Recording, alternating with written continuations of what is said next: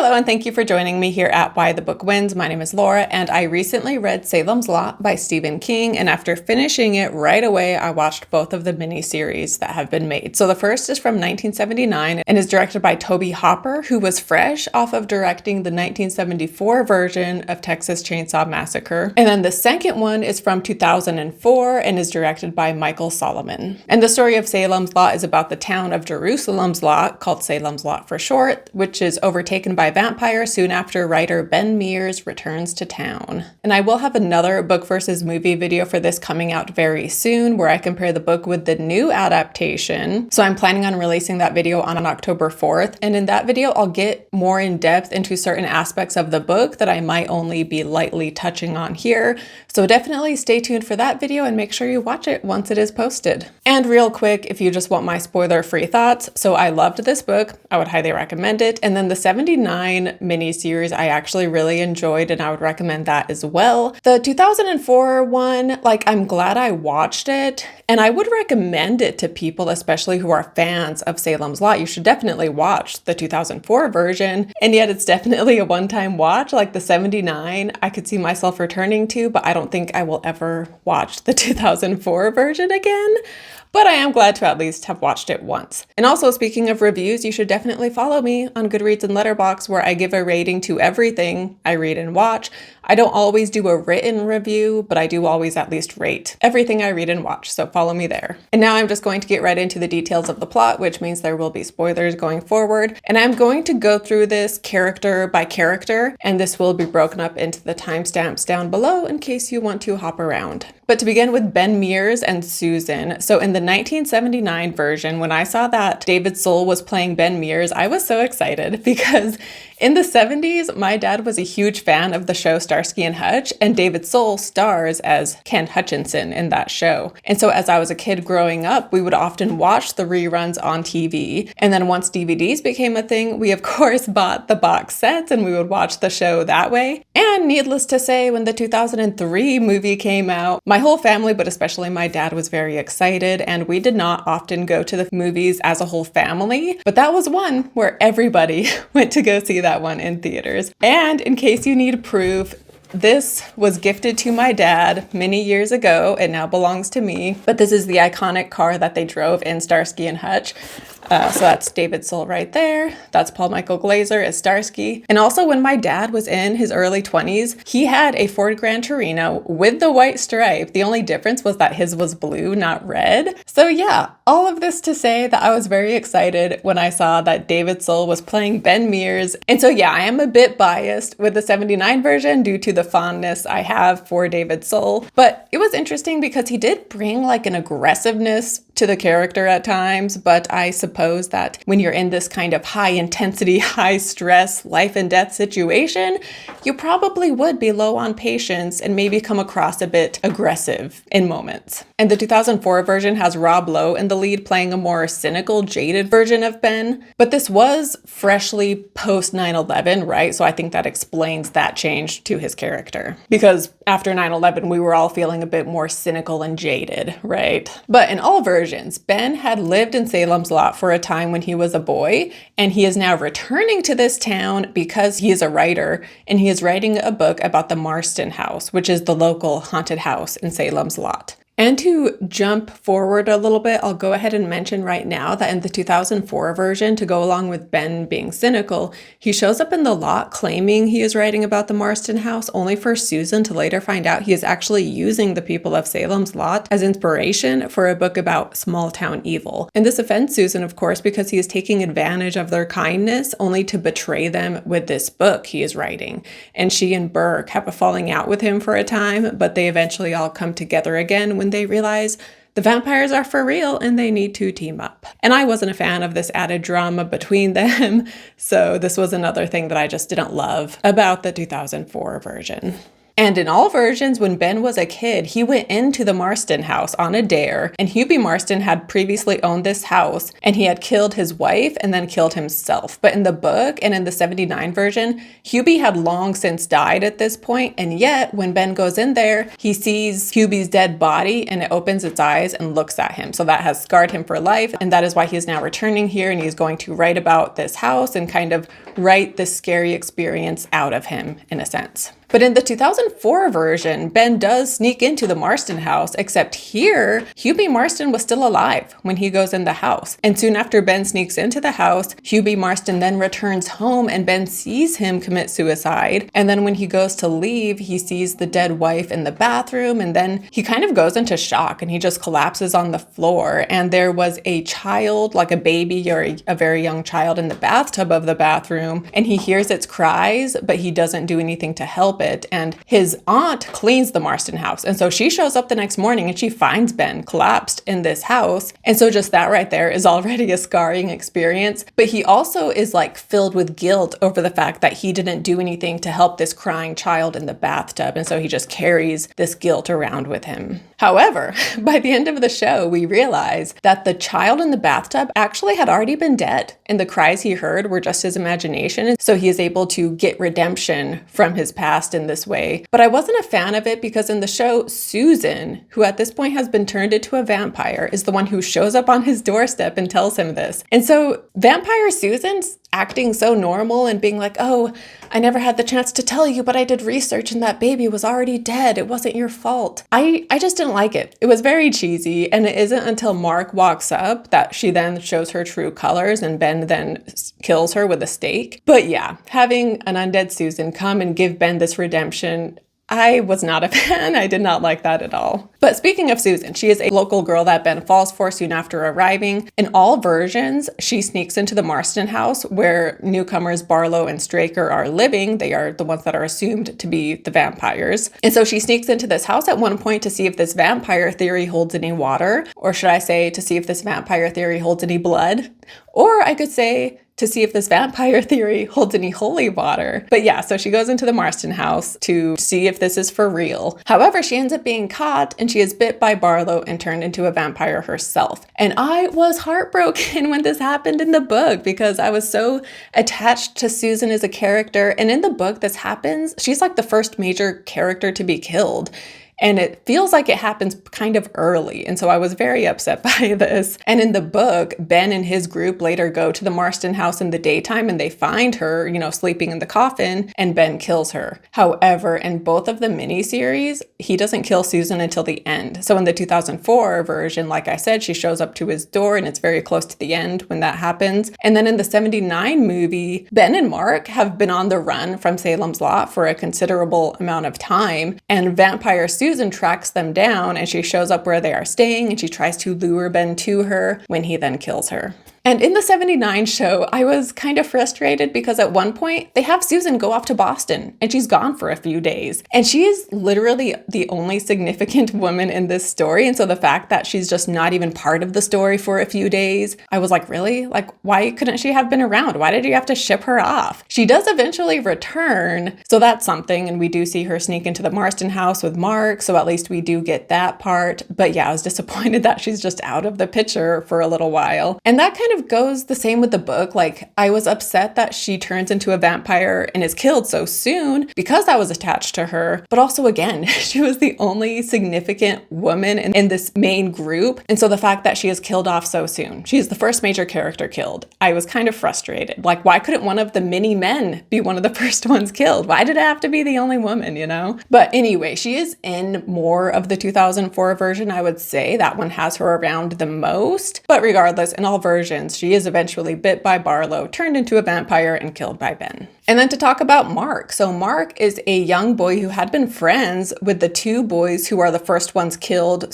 / turned into vampires. And in the book, he was 12, but in both of the miniseries, they age him up to be a teenager. And when a vampire boy tries to get him, by the way, the vampires, they tend to show up at a person's window and they tap and have to be invited in. But when this happens with Mark, he is a fan of horror stuff. And so he knows the lore of vampires and he knows not to look them in the eye, not to let himself be hypnotized. organized. And he also makes these like little models, and he has a model graveyard with like a horror scene. And there is a cross as part of that model. And so he takes it off and he uses that to protect himself against this vampire. And he eventually teams up with the others after he finds Susan when the two of them are both trying to get into the Marston house. And Susan, like I said, she is captured and turned at this point. But Mark, he is tied up by Straker. However, he is able to get out of the knots. And in the book and the 2004 version, when Straker walks back in, Mark is hiding behind the door and he hits him on the head, and he either knocks him out or maybe even kills him. But eventually when the men return to the house, Straker is like strung up and bled dry by Barlow. So we don't know for sure if Mark killed him, but regardless, Barlow finished him off. And yeah, the 2004 version and the book have Mark killing Straker or hitting him in the head. But in the 79 movie, he does escape the knots, but Straker isn't killed until later when Ben shoots him. But Mark was such a badass in the book, and he was definitely one of my favorite characters. And in the 79 version, I love that they give us some foreshadowing where Mark, he is showing off to his dad how he can escape handcuffs and any kind of knot. And so I loved that we got that, showing why he is able to get out of the knots when he is tied up. And even though they do age him up,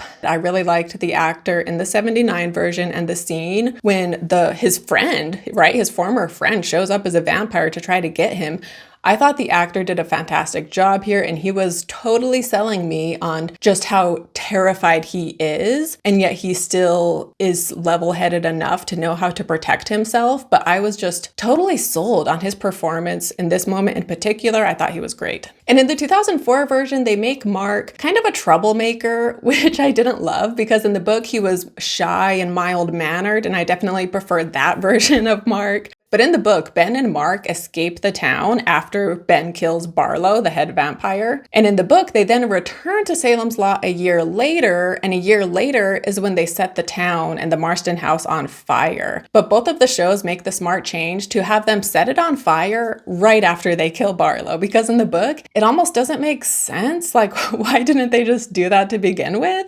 I guess they were like giving the town and the people left a chance to survive, but after a year, they realize there's no hope, so they go back and they burn it down. But I preferred the shows where they just burn it right after they kill Barlow. And speaking of when they kill Barlow, I did want to say in the 79 version, so he kind of pushes Mark off because Mark starts to be hypnotized by Barlow. And we get a scene where Mark, he is on the ground and there is this doorway behind him and the sun is setting. And so we start to see these vampires crawling, creeping up behind him. And this was such a cool shot. So creepy. I loved it. And then to talk about Callaghan. So he is the Catholic priest in town, and he is an alcoholic in the book, and he takes his job seriously, and yet at the same time, he definitely has a wavering faith, and he is barely in the 79 movie. They speak to him briefly, and then he goes to Mark's house to talk to the parents to convince them that they are in danger, when then Barlow shows up and he kills the parents as well as the priest. So he's barely in this version. Whereas in the 2004 miniseries, he is definitely around more, and again, we see that he has this wavering faith, and this is what causes him to weaken when he is face to face with Barlow. And as in the book, Barlow has Callaghan drink Barlow's own blood. And in the show, this seems to turn him into Barlow's new lackey, I guess, because he sticks around Salem's Lot and is hanging out with the vampires. Whereas in the book, after Callaghan drinks Barlow's blood, he's kind of in a daze and he just leaves town. And at the start of the 2004 show, we see that in current day, Ben is chasing down Callaghan because he has made it out alive from Salem's Lot. And so we see him attack Callaghan, and then he and Callaghan both end up in the hospital. And so this miniseries is framed as Ben telling his story to this nurse. And by the time he's done telling his story, Ben dies in this version. But Callaghan, he is also in the hospital, and Mark shows up, and Mark finishes Callaghan off. And so then he goes and he tells Ben, like, it's okay, it's over now, I've taken care of him. And then the nurse that Ben has been talking to, he finds Mark and he says how, like, I can't believe this story, but he helps Mark out and helps him escape. And yeah, I didn't love this framing device. I feel like the 2004 version could have just started with Ben showing up in Salem's Lot, and it could have ended with him and Mark driving out of Salem's Lot after they've set it on fire. To be honest, I know the miniseries keep this, starting with the end, because that's what the 79 film does too. And I know they do it that way because that's how the book is, right? The book starts with Mark and Ben in Mexico having left Salem's Lot, and then we go back in time. But I didn't love it in the I think the book could have just skipped that preamble in the beginning. And so, yeah, I feel like the 2004 version at least could have skipped that framing device, in my opinion. And then I, of course, need to talk about Barlow, who, like I said, he is the vampire in the story. Straker is his human assistant, but Straker has like superhuman strength, but he is not a vampire. And in the book, Barlow is very reminiscent of Dracula, and Dracula is what inspired Stephen King to write this book. And so, like Dracula, Barlow looks human, he's very well spoken, and he also smells really bad, which was something that's talked about in Dracula. And in the 2004 version, they do keep this the same with Barlow looking human, whereas in the 1979 version, Barlow is this non-speaking Nosferatu-looking creature. And he is very creepy looking. His makeup was very effective, but fans of book Barlow might be disappointed with this change. And in the scene when Barlow shows up at Mark's house, in the book, Barlow speaks to them, but here Straker shows up and he says the words that Barlow had spoken in the book. And yeah, I was very impressed with the practical effects of the 79 miniseries, especially because I went into it with somewhat low expectations, right? It's like a made-for-TV miniseries from the 70s. So it's not like I expected a lot from the effects per se, but I did think it was very effective and well done and creepy. And again, there were just a lot of great shots and the makeup was good. And while this movie didn't like scare me, I did think it was effective and it worked. In the 2004 movie, even though Barlow doesn't look scary, he just looks like a man, like I said, we do get a creepy Barlow scene when he shows up at Mark's house and he is at first crawling on the ceiling, and then the way he grabs the mom and breaks her neck was also very disturbing. But it's funny too because the female vampires here are made to look kind of sexy, and apparently crimped hair was the way they chose to sex them up, because that change happens with more than one vampire woman. And then of course I need to talk about Burke. He is the teacher that Ben connects with when he returns to town, and in all versions he has a local guy named Mike stay with him when he sees Mike looking sickly, and Mike has been bitten by a vampire at this point. And the graveyard scene with Mike in the book was so good, and I thought, again, the 79 movie in particular, I thought they shot that scene in such an unsettling way. But in the night, Burke hears Mike let someone in, but Burke is too scared to get out of bed, and then the next day Mike is dead and taken away. But then on a following night, he is talking to Susan in the book and in the 04 version. In the 79 version, he is alone because Susan is in Boston. But in all versions, he is downstairs when he hears something upstairs, and he goes up and he sees an undead Mike there, and he fends off Mike and gets him to leave without him being able to bite Burke, but he then has a heart attack and he spends the rest of the story in the hospital. And in the 2004 version, Burke seems to be a closeted gay man, and when Mike stays the night, they have this kind of awkward moment when he takes his shirt off in front of Burke. And then when he returns as a vampire, he comes on to Burke, and Burke tells him that he is dead because Mike is like making a move on him, not realizing he's not alive anymore. And so they have this moment where Burke is telling him, like, you're not alive anymore. And then Mike looks in the mirror and he just looks down at himself and he realizes that he's dead. And so then he starts to freak out about the fact that he's dead.